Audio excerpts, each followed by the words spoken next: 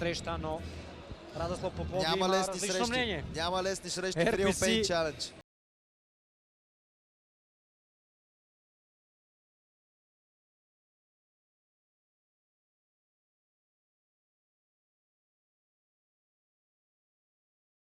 Едеш бой.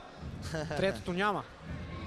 Трети последен рунд, работата е много на кантар. Не мисля да иска да съм на мястото на съдиите в този момент. Абсолютно. Да видим кой ще направи по-добро впечатление или кой ще приключи до боя тук и сега.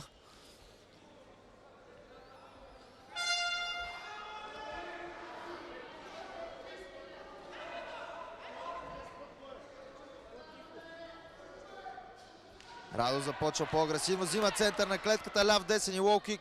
Класическа комбинация. Ники Великов отвръща на атаката. Хубав супермен пънч сега направи. Два андърхука за Радо Попов, но Ники обръща позицията.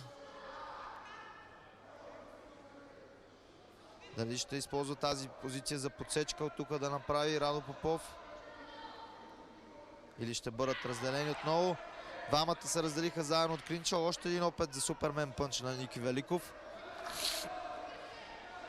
О, какъв десен прав на Радо Попов! Да, ще гледаме изненада тази вечер. Така е, наистина Ники Великов влезе в този двубой като фаворит. Абсолютно определено. Фаворит, но явно Радослав Попов Не мисли така. не мисли така. Поздравявам за момчето, защото той не е тук просто да излезне, да направи един опит повече. Той е тук да печели.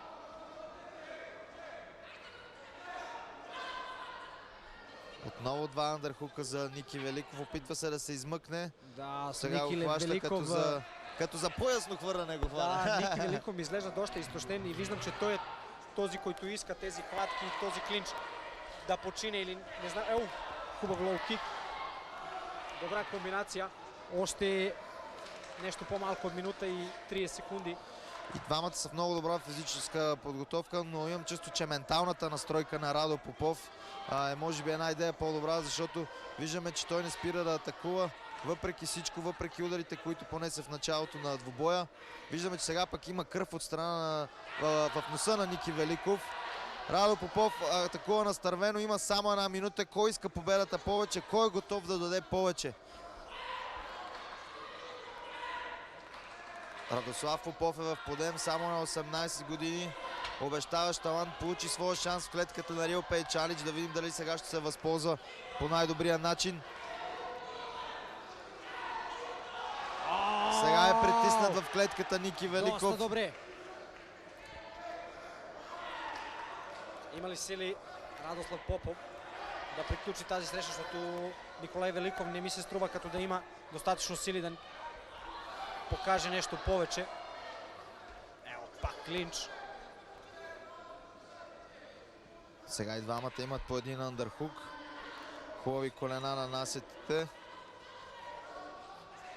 Трудно е да отбележиш много щета, особено когато и двамата... Какви размени, от близка страна на Великов. 5 секунди остават от третия рунд. Сяйно! Алекс, с теб имаме много да коментираме сега. Много имаме да коментираме сега. Отиваме направо в клетка.